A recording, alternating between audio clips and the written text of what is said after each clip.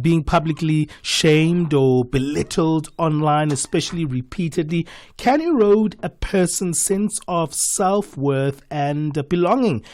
And while some say this can be dismissed, or some may even dismiss this online cruelty as just words, or tell it like, you know what, it means nothing, I don't take it to heart, there is the emotional and the mental impact that is very, very real. It's not just celebrities or influencers who experience this. Ordinary people who simply enjoy posting everyday content can easily be subjected to unsolicited ridicule. I remember there was something that happened in South Africa where there was a very obese young lady who was full of joy and was posting herself and her family, her father mostly, and family members, but people kept going at her on TikTok until she actually committed suicide, and she died actually because of that situation.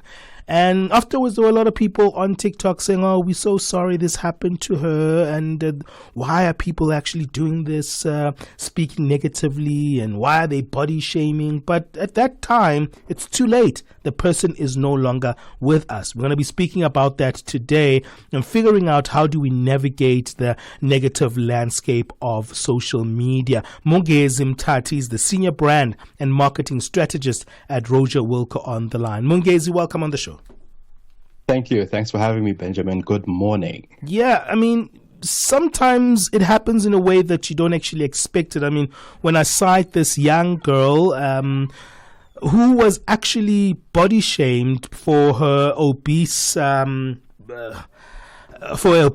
really. And people didn't understand how sensitive she was, you know, in terms of where that could actually take her and could actually lead to her actually committing suicide. It's worrying, right, when you do find yourself in that space where you are navigating social media and maybe you're posting things out of joy, but you never think that the response will be so negative. Yeah, it is very concerning. And I think just to, go back a couple of years, in the early days of social media. If you remember, when you followed news sites at the time, you used to be able to comment on a news story. And around the 2010s, those channels stopped that comment because it didn't add value. So this brings us to social media today, where this anonymity that sometimes people have is what bolsters them to post these negative things without realizing that on the other end of their post are actually people with feelings, not just, anonymous beings talking who are unaffected. So a lot of it is, when I think about it, a bit of a reflection of society, that it looks as though, when you look at social media, it looks as though behind closed doors, when we don't know who you are, society can sometimes be dark. And why is that? And I think that's the bigger question, which social media is a reflection of. Yeah, I mean, how do you navigate that? Because, when you go to social media, mostly you want to be entertained. Some people, of course, want to be informed. I don't know if social media is the great place to get informed. I don't actually think it is the best place. But you actually want to get access to that environment of the world and what people are talking about, and you want to be in the mix. What should you do to make sure that it is in a healthy way? Because there's so much content on social media. I mean, if you think about TikTok, what people post on a daily, I'm always kind of like shocked. I'm like, this is a content overload experience. And for me, that's why I'm not on TikTok, because I already get social anxiety for that, because I'm like, people are already just selling so much content, and they're making so much content that in itself for me creates anxiety. And it's like, how do I consume this thing? Because there's just so much of it. So I mean, this brings us sort of into this world of algorithms because we hear about algorithms all the time on social media. And in a nutshell, it is, a system that learns from your consumption as a user. So if you are always following football content and you search for football content and you search for football content, it will serve you content about football more and more, commentary, all these games and things like that. And if you're looking for positive content, you do the same. You search for positive content, you search for motivation, you search for this, you search for mental health content, mental health wellness, and all of that. So these algorithms, which are a gift and a curse, learn from your behavior and serve you content based on that behavior. To your point earlier, sometimes it could be misinformation, disinformation, because a Mongezi can post mental health, wellness content when I have no expertise in that space. So you put yourself in kind of that sort of space, and it's really a matter of sifting through that content. So I think we shouldn't look at social media firstly in isolation. We should look at social media as a big part of the internet and utilize, other parts of the internet to verify a lot of that information. But if, to your question, if you want to get positive content and you want to reduce negative content, firstly, you search for positive content, you watch the positive content, and you tell the algorithm that this isn't relevant for me.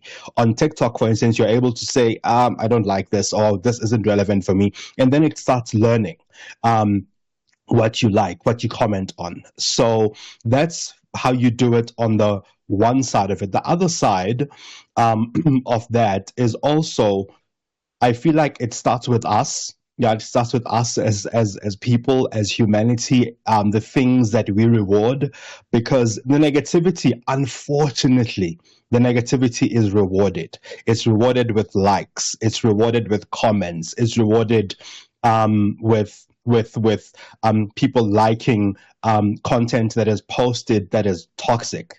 So if as a society we stop doing that, we stop rewarding toxicity, I think it might fade away. So that's also how these platforms work, right? Like at the back of us experiencing social media platforms like a Facebook, a TikTok, and Instagram are people sitting and checking what content really resonates with people. There are people sifting through that content. There are teams of people sifting through that content.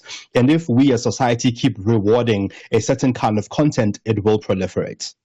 Yeah, that's very interesting. And I think that's where the domination of that content actually becomes something that affects all of our algorithms, because at times it's the trending thing that also kind of gets onto your own algorithm because it's happening in your locality as well, and it's happening in the context of where you are. So you kind of get that content in itself. We'll go for a break right now, but I'm interested in that in terms of people I don't think have that initial like self-investigation, right? To say, I'm actually going to be affected by this content. It's either going to be positive, it's either going to be negative. I'm just here because I want to also be part of the club. Especially with social media, people do it because of this collectivism that it gives you, the fact that we're in this together. I mean, I've been looking at some of these trends that have been happening, when you look at the USA and South Africa, the so-called refugees that are now in the United States. Collectively as South Africans, we've really come together on social media and are having a different conversation in terms of our own context and how we seeing that exit of those Afrikaners to the USA. And we are actually doing it because it actually binds us together to a certain degree. Yeah.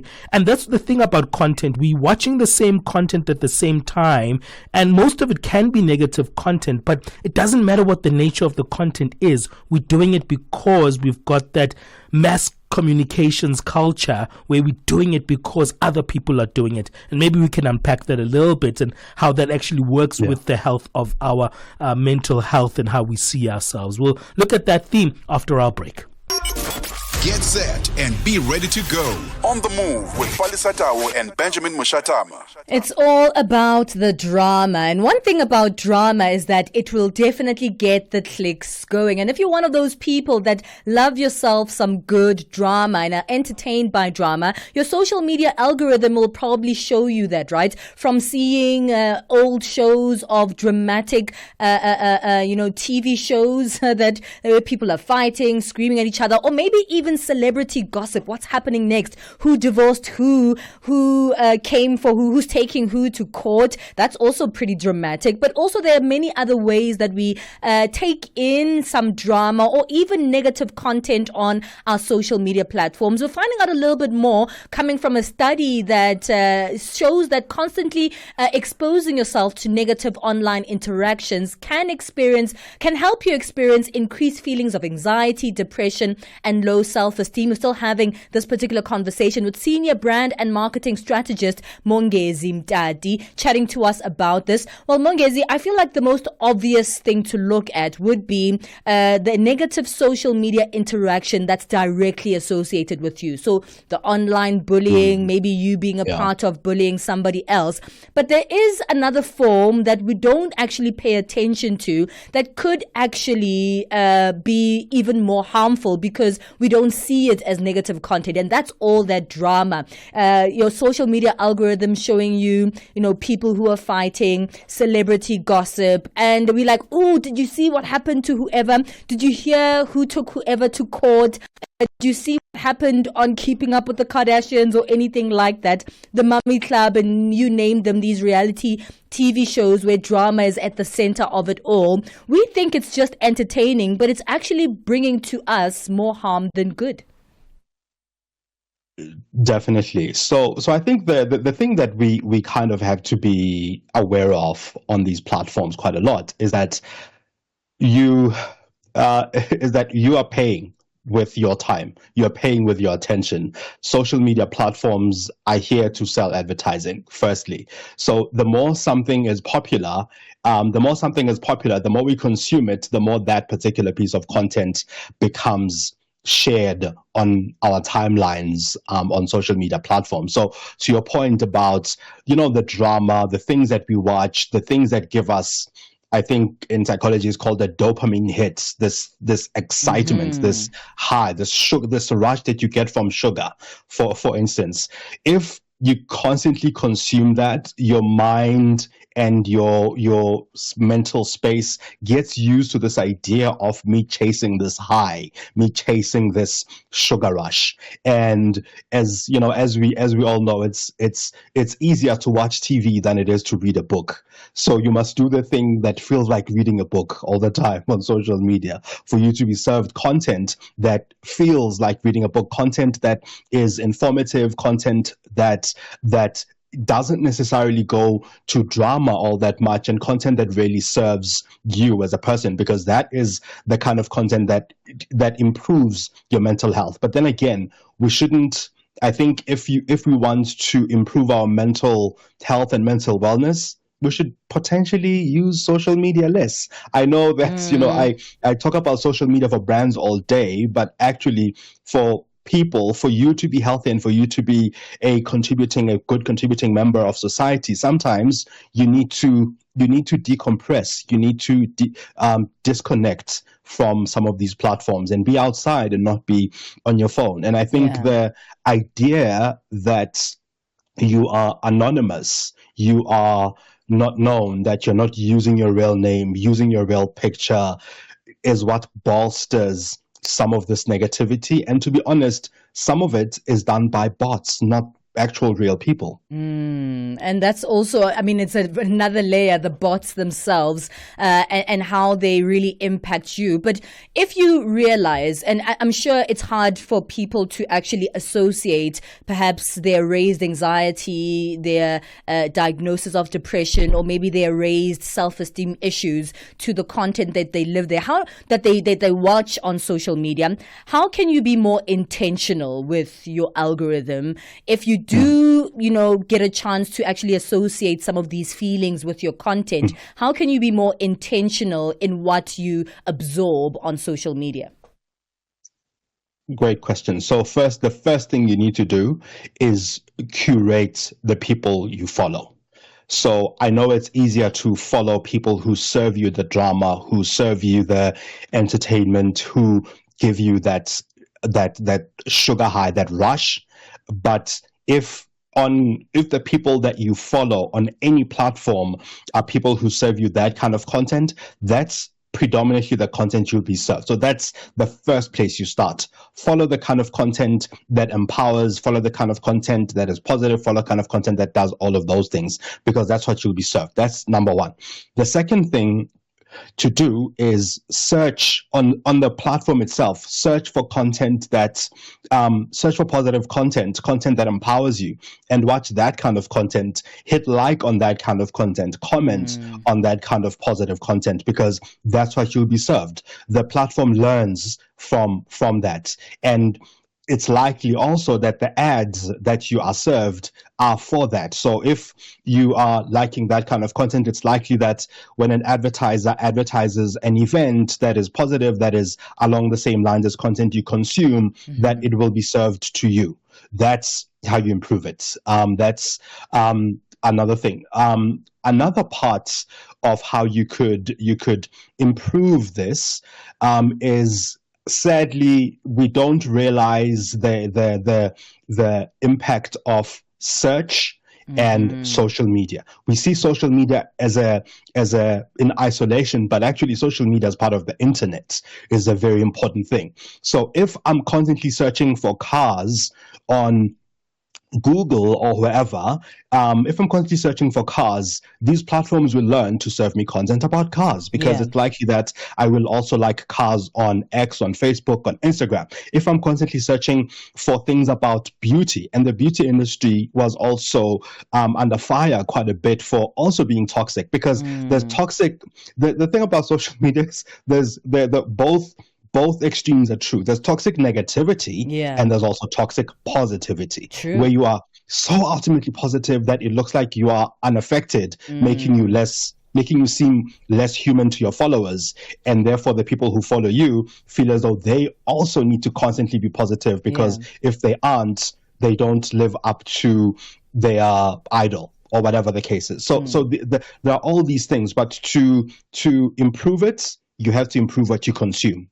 That's where it starts. Well, we'll leave it there, Mongezi. I think that's a mouthful. It's so important because we consume these in autopilot most of the time. We just, are sort of taking ourselves away from our own world and going into this world where we feel like we're relaxing, but actually we might not actually be relaxing, but actually doing harm to our own mental health and not being aware of it. So it's important to be more self-aware on these platforms. We appreciate your time and your tips in this regard. Thank you. Thanks for having me. That's the Senior Brand and Marketing Strategist of Roger Wilco, Mongezi Mtati, speaking to us about, how we can both, enjoy social media while taking care of our mental health and not impacting our mental health just for a good time on the socials. It's 10:30 Central Africa time. Let's go back to our news desk. Right now, it's our latest in sports with Figile Lingwati.